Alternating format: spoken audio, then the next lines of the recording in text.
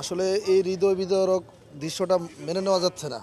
মানে হঠাৎ করে যে এখানে একটা মুখরিত পরিবেশ, মানে একটা ছাত্রছাত্রীদের কোলাহলমূলক পরিবেশ ছিল, হঠাৎ করে যে এখানে বিমান দুর্ঘটনা ঘটলো, এটা কেউই মেনে নিতে পারতেছে না। আল্লাহর অশেষ মেহেরবানিতে আমার দুইজন বাচ্চাকেও সেভ করছে, আমার ওয়াইফকেও সেভ করছে। আর স্কুল আগামী রোববার দিন খুলে দিতেছে। মানে ছাত্ররা তো এখনও প্যানিক, মানে ট্রমাটাইজ হয়ে গেছে।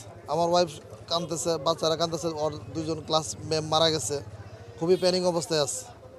মানে এখন আসলে ক্লাস করার মতো পরিস্থিতি না, ওদের বান্ধবীদের ওরা মারা গেছে, বন্ধুরা মারা গেছে। আর এই মুহূর্তে আসলে ক্লাস করার মতো পরিস্থিতি নাই। আমার মেয়েটা ক্লাস 4-এ পড়ে, মানে বুলবুল সেকশন, আর ছেলেটা ক্লাস 6-এ।